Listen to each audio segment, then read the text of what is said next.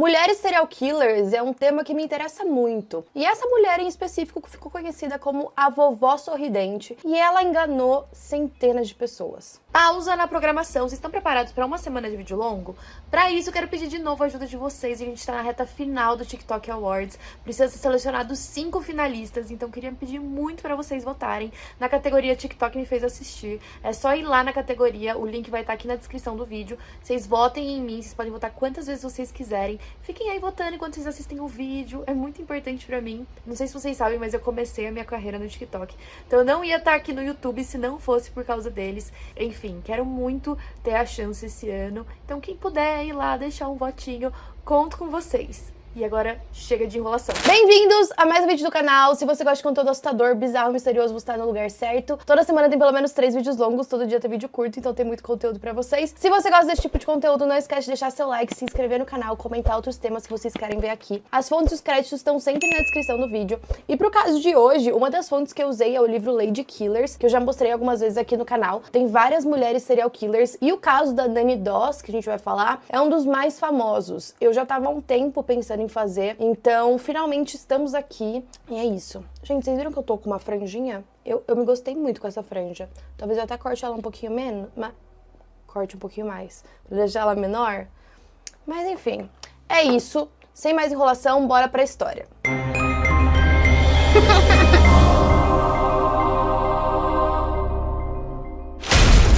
A Nanny Doss, dos anos 50, enviou um doce amanteigado pelo correio da casa dela em Oklahoma para Carolina do Norte. A intenção dela era atrair um homem que era produtor de leite de 60 anos de idade chamado John Keel. O John queria que a Nanny fosse até a casa dele o quanto antes para se tornar a noiva dele. Mas por enquanto ela estava em Tulsa, cuidando de uma tia que estava doente e muito idosa. Mas antes que o John conseguisse comprar um anel de noivado, a Nanny foi presa. Não tinha uma tia idosa, nunca teve. A pessoa que ela estava cuidando esse tempo todo era o próprio marido dela, e agora ele estava morto. A Nanny Doss nasceu como uma mulher chamada Nancy Hazel em 1906. A família dela era dona de uma fazenda e os pais dela eram muito controladores, conservadores e religiosos, em especial o pai dela. Inclusive, ele era bem odiado tanto pela Nanny quanto pela mãe. A Nanny, desde que nasceu, era uma criança bem bochechuda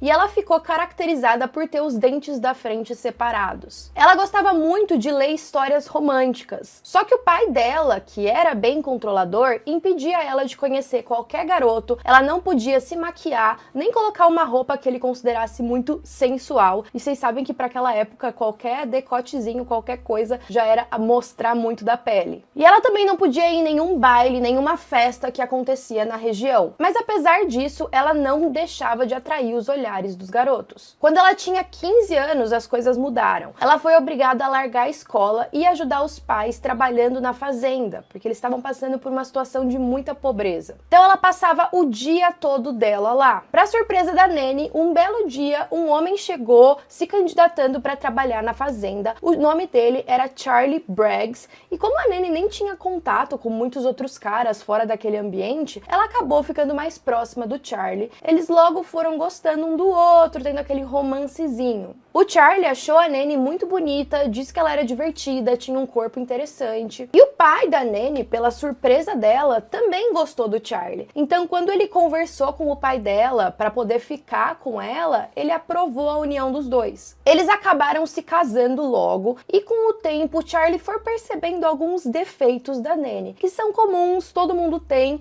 mas começou a deixar ele irritado. De acordo com ele, ela era bem irritadiça, ela ficava brava por qualquer coisa e também era agressiva. Além disso, ela tinha o hábito de sumir durante dias sem dar satisfação. O grande problema é que a Nanny não sumia sozinha, ela sumia com outros homens e o Charlie ficava sabendo disso depois. E vocês sabem que para aquela época isso era um completo absurdo. Até hoje é claro que a gente não aceita traições normalmente, mas levando em consideração que a gente estava ali nos anos 20, 30, era muito pior. Apesar do Charlie ficar incomodado com a ausência frequente da da Nancy, os dois acabaram tendo 5 filhos juntos. Só que 3 faleceram cedo demais. O Charlie começou a estranhar um pouco esses acontecimentos. 2 dos bebês morreram muito cedo com problemas estomacais. A pele deles ficou escura. Parecia até que eles tinham sido envenenados. Mas o que o Charlie ia fazer? Ele não era médico. Ele só era um pai muito preocupado com essa sequência de eventos que pareciam muito semelhantes. Mas ele não sabia nada sobre esse mundo da maternidade. Então quem era ele para questionar alguma coisa, né? Durante o casamento também aconteceu um evento bem importante na vida da Nanny, que foi o divórcio dos pais dela. O pai dela acabou abandonando a mãe, e isso só colaborou para Nancy ficar ainda mais ressentida com o pai. Mas de acordo com ela, ela faria de tudo pela mãe e tinha um amor incondicional por ela. Será mesmo? Depois de 8 anos de casamento, o Charlie finalmente se cansou da Nancy. Ele cansou de correr atrás dela para pedir para ela voltar para casa e ajudar a cuidar dos filhos, então ele pediu o divórcio. Mas lembrando que os dois ainda tinham 2 filhos. O Charlie não achava que ele conseguiria cuidar dos 2 filhos sozinhos, então ele pegou a filha mais velha para morar com ele e deixou o outro filho para morar com os avós. E aí não demorou muito para Nancy acabar encontrando um outro homem e se casar de novo. Dessa vez foi com um homem chamado Frank Harrelson, apesar de algumas fontes dizerem que o nome dele era Robert Harrelson. De acordo com a Nanny, esse cara também não era muito bom, ele era um bêbado abusivo. Então ela sofreu bastante nos braços daquele homem, mas o casamento durou muito tempo também, eles ficaram juntos por 15 anos. Com todas as brigas e os desentendimentos, além do Frank ser um tanto quanto violento, chegou um dia em que ela teve a gota d'água. De acordo com a Nanny, ele chegou do trabalho e disse que se ela não fosse pra cama com ele naquele dia, ele ia embora e nunca mais ia voltar. E ainda de acordo com ela, ela foi abusada pelo próprio marido. Só que a Nanny não ia ficar quieta, ela não ia aceitar aquele abuso. Então ela decidiu dar uma lição nele, mas não foi de imediato, ela precisava planejar aquilo. Foi aí que ela encontrou um pote de vidro onde o marido usava pra guardar o uísque barato que ele bebia sempre. Ela abriu essa garrafa, acrescentou um pouco de arsênico líquido e depois disso o Frank nunca mais ia encher o saco dela. Mas durante o casamento dos dois também aconteceu outra polêmica. A Nanny se reencontrou com a filha mais velha dela, a Malvina. Nessa época, ela já tinha um filho pequeno e estava grávida de novo, ou seja, a Nanny agora era avó. A Malvina estava tentando se reaproximar da mãe, sem saber o perigo que ela estava correndo. Ela pediu para a Nanny ajudá-la a realizar o parto do segundo filho. Infelizmente, o bebê morreu minutos depois. De acordo com a Malvina, enquanto ela estava deitada na cama, logo depois do parto, ela se lembra de ter acordado brevemente, olhado para a Nanny, que estava segurando o bebê dela no colo, e ela disse ter visto a Nanny pegando uma agulha e enfiando bem na cabeça do bebê. A Malvina, que ainda estava meio assim, meio mal de ter acabado de dar à luz, ela estava entrando e saindo de consciência. Então ela dormia, acordava, e aí depois que ela viu essa cena, ela caiu no sono de novo. Quando ela acordou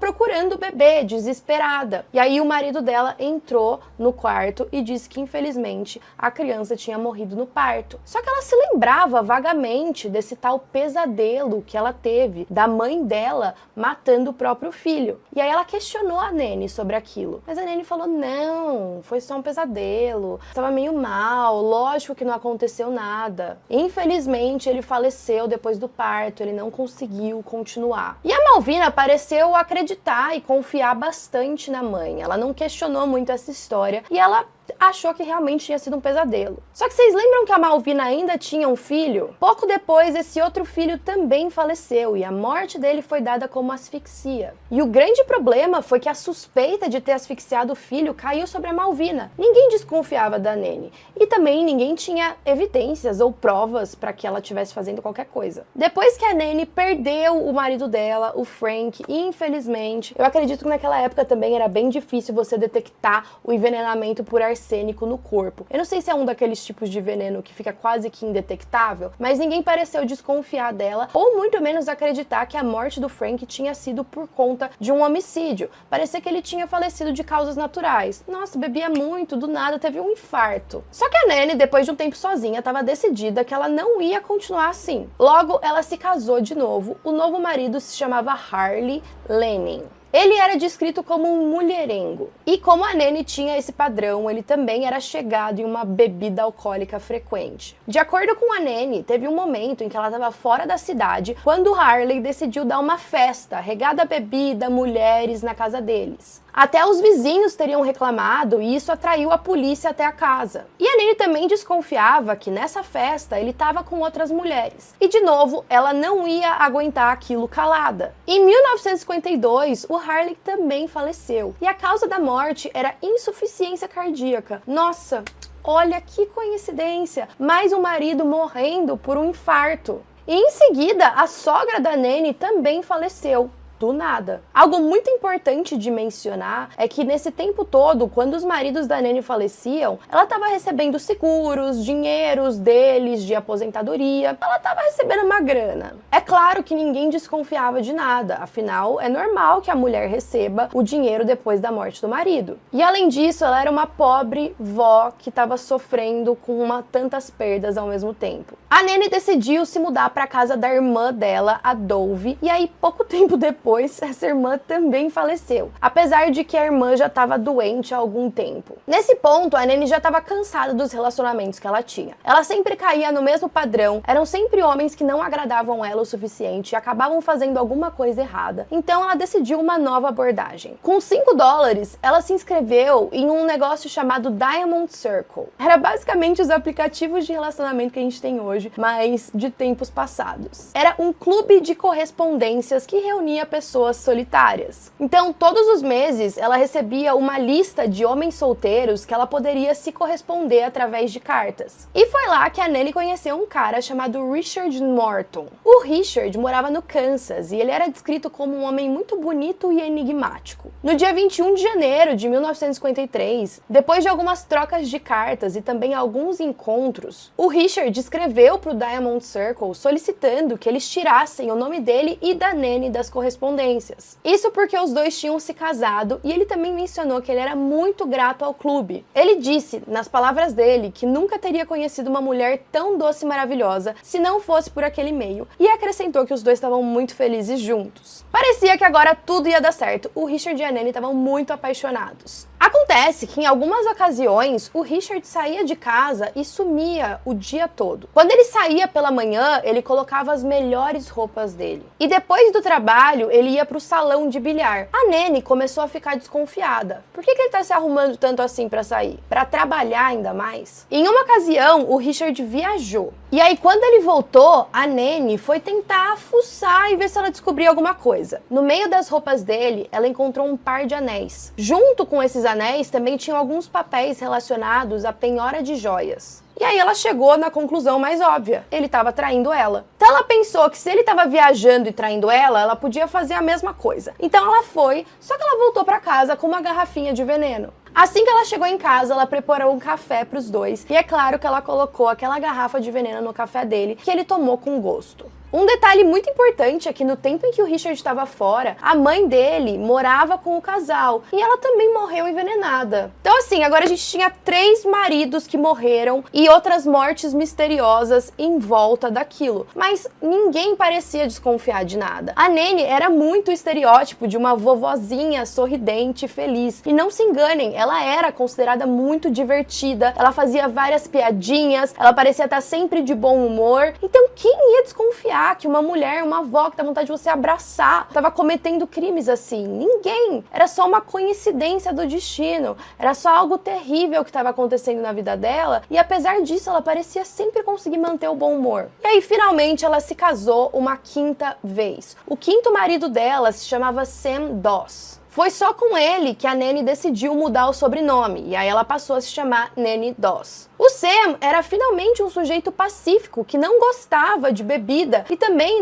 não ia trair ela de nenhuma forma. Só que a Nanny não gostou também. Ela achou que a vida dela ficou um tédio. Tudo com o Sam era muito chato, não tinha esses altos e baixos, não tinha aquela emoção. Além disso, ele era pastor da igreja e reparador de estradas. Só que ele também, nos olhos dela, era um verdadeiro chato. Ele não deixava ela dançar, não deixava ela comprar uma TV. E aí ela decidiu que ela não queria isso pra vida dela. Pensar em terminar, se divorciar, Não. Ela queria finalizar aquele relacionamento, então ela pegou uma grande tigela com ameixas secas. Era um prato bem popular na década de 50, só que ela encheu aquelas ameixas de veneno. Ele comeu todas aquelas ameixas e aí ele passou mal. Ele ficou internado durante 23 dias e ninguém desconfiou de nada, só pensaram que ele estava com uma infecção estomacal, igual a dos filhos da Nanny. Só que ela ficou muito frustrada quando ele voltou para casa bem e recuperado. Então ela precisava de uma nova receita, mas como ela sabia que algumas das receitas anteriores já tinham dado certo, ela decidiu repetir uma delas. Então ela ofereceu para ele café com veneno de rato, o famoso arsênico. E dessa vez ele não teve chance,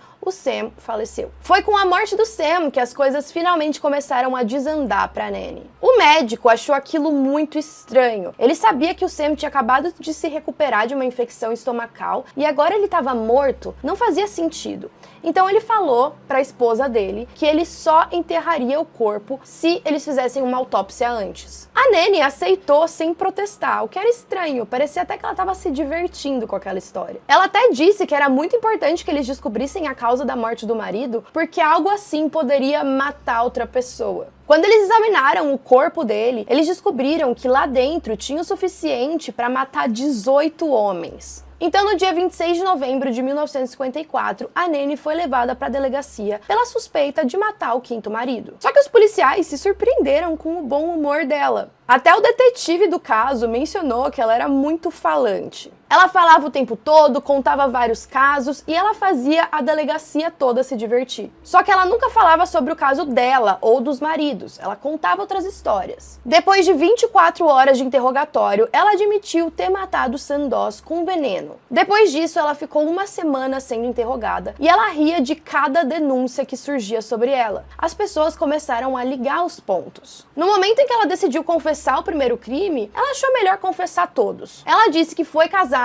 5 vezes e matou 4 dos maridos. Quando insinuaram sobre a possibilidade dela também ter matado os parentes, como as 2 filhas, uma irmã e a própria mãe, a Nanny negou. Foi só nessa hora que ela ficou exaltada e ela disse que eles poderiam cavar os túmulos dos pais dela, que eles não iam encontrar nenhum resquício de veneno. E essa parte é muito curiosa, porque a Nanny sempre foi muito falante e aberta de que amava a mãe e que nunca faria nada de mal para ela. Mas existem as suspeitas de que ela matou sim a mãe. Na época, eles pensaram que a Nanny era uma pessoa muito manipuladora e como ela tinha esse discurso divertido e engraçado, ela tentou convencer várias mulheres que já estavam gostando da personalidade dela de que os motivos para ela ter matado os maridos eram justificáveis. Ou era porque era um alcoólatra, ou porque abusava dela, ou porque traía ela. Então ela talvez ganhasse uma empatia, principalmente das mulheres, e acabaria se safando da prisão. Ela fazia parecer que todos aqueles homens mereciam o destino que eles tiveram. E as outras partes, as outras mortes que a gente desconfia, ela sempre negou. Então, talvez fosse justificável. Só que a polícia começou a investigar a fundo e eles levantaram algumas questões interessantes que poderiam contradizer esse discurso. Primeiro, que eles achavam que o quarto marido, o Richard Morton, não estava traindo ela. Aquele par de anéis que ela tinha encontrado na roupa dele poderiam não ser um presente para a amante, mas talvez para a própria Nanny, que ele ia fazer de surpresa. E aquele papel de penhora das joias, como a Nanny estava pressionando ele para voltar para casa o quanto antes, talvez ele tivesse tentado penhorar para ganhar dinheiro para pagar a viagem de volta para casa. E também teve aquele terceiro marido, o Harley, que tinha dado aquela festa, que os vizinhos se incomodaram e chamaram a polícia, lembra? Só que por uma ironia do destino, uma das filhas da Nanny se casou com o sobrinho do Harley. E de acordo com ela, testemunhando, aquela festa não passava de uma reunião familiar. A única coisa que estava acontecendo é que a música estava um pouco mais alta do que o costume. E aí a Nanny já fez uma algazarra em cima daquilo, como se ele estivesse traindo ela com outras mulheres, mas na verdade ele só estava reunido com a família. Já o irmão do Sam Doss alegou no julgamento que a Nanny não era aquela mulher divertida e alegre que todo mundo pensava. Ele disse que aquela imagem era só uma fachada e descreveu ela como uma mulher que usava roupas escandalosas e fumava como uma chaminé. Então muitas pessoas estavam ali para contradizer o discurso dela, mas apesar disso parecia que ela só se divertia mais. Ela estava curtindo muito aquela fama e o espetáculo que o julgamento dela estava sendo. Várias manchetes sensacionalistas começaram a aparecer nos jornais, dizendo coisas como: vovó amada e tranquila fala sobre o envenenamento de 4 dos 5 cônjuges. Vovó de Tulsa encantou e envenenou. Em 1954, a Nanny era a maior diversão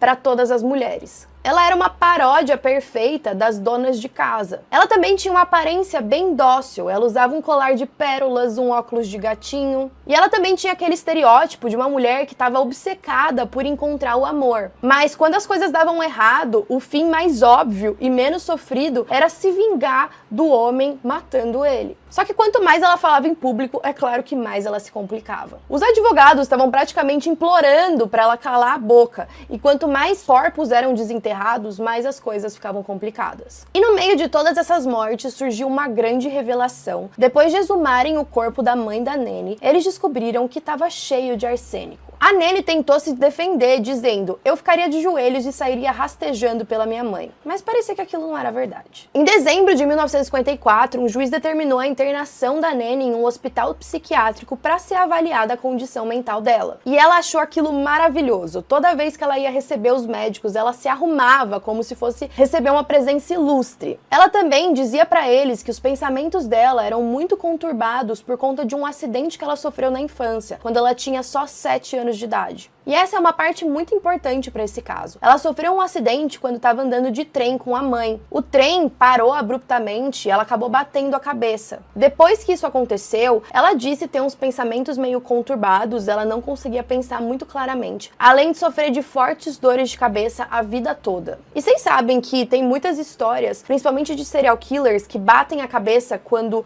são crianças e isso muda alguma coisa no cérebro deles. Eu não vou saber explicar porque eu não sou médica, muito menos psicóloga, mas tem várias análises assim que dizem que isso pode contribuir para um comportamento mais agressivo, mais impulsivo na vida adulta. E aí, alguns meses depois, a Nanny foi considerada mentalmente incapaz. Só que a promotoria insistiu que ela não voltasse para o hospital psiquiátrico e, ao invés disso, enfrentasse julgamento. Então ela foi levada para a prisão e lá ela ficou confinada. Agora, toda a alegria e a diversão que ela passava acabaram. Ela ficou isolada, longe do convívio das pessoas, e era aquilo que ela gostava. Ela estava conhecida pela mídia como a Vovó Sorrisos, e mesmo por trás das grades ela recebia cartas de pretendentes. Um dos promotores do caso declarou a Nanny como uma mulher inteligente, calculista, que fingia insanidade para escapar da cadeira elétrica. Pouco tempo se passou e o júri determinou ela mentalmente capaz. No dia 17 de maio de 1955, a Nanny, que até então estava se declarando inocente, decidiu se declarar culpada. Isso pegou todo mundo de surpresa. Ela pensou que se ela se declarasse culpada, talvez ela voltasse para o hospital psiquiátrico que ela tanto amava. E depois, em algumas entrevistas, ela até alegou que tinha lido em alguns livros e revistas que as pessoas usavam essa estratégia. Só que deu tudo errado. Ela foi declarada como sã e culpada, então o destino dela não tinha como não ser a prisão. Ela foi presa no dia 4 de junho com prisão perpétua. E aí, por um tempo, ela desapareceu das notícias. Algo muito importante a dizer é que ela só foi julgada e condenada pelo assassinato do 5º marido. Ela não foi culpada pelos outros casos. Na verdade, ela não foi nem julgada pelos outros casos. Eu imagino que eles não tinham evidências suficientes. 2 anos depois da prisão, ela encontrou um jornalista e disse que estava cansada de viver. Ela faleceu no dia 2 de junho de 1965, 10 anos depois da sentença, de leucemia. Durante todo o tempo em que ela passou na prisão, ela foi considerada uma presa modelo e ela não se envolveu em nenhum problema. Alguns dos outros nomes que foram dados a ela durante essa onda de assassinatos foi Viúva Negra, Lady Barba Azul ou Assassina dos Corações Solitários. E antes de morrer, ela flertou com médicos, promotores, repórteres, jornalistas e até com a plateia que acompanhava ela. 7 anos depois da condenação, ela ainda teve a coragem de fingir um ataque cardíaco para ver se ela saía. E nos últimos dias antes dela morrer, ela reescreveu a história dela, se descrevendo como uma senhora solitária enganada pela polícia sem ter noção da gravidade de suas ações. É claro que os verdadeiros motivos da Nanny a gente nunca vai saber. Será que ela realmente sofreu alguma coisa na cabeça e ela não media a consequência dos atos dela? Ou então ela não levava a morte tão a sério? Ela achava que aquilo seria aceitável? Ou será que ela realmente era uma assassina fria e calculista que nunca acreditou que ia ser pega pelos crimes? Independente de tudo, ela teve o que ela mereceu. Ela finalmente foi presa e a lista de mortes que as pessoas colocam ela como culpada chega a 11 pessoas. Então assim, Mesmo que ela tenha essa justificativa dos maridos, ainda tem muitas mortes misteriosas com pessoas próximas dela. E não faz muito sentido. Se ela era uma pessoa que gostava de ficar no meio de gente, por que ela matou a própria mãe, os filhos, o filho da filha? Não faz sentido. Esse caso é muito esquisito. Então comentem aí o que vocês acharam e até a próxima.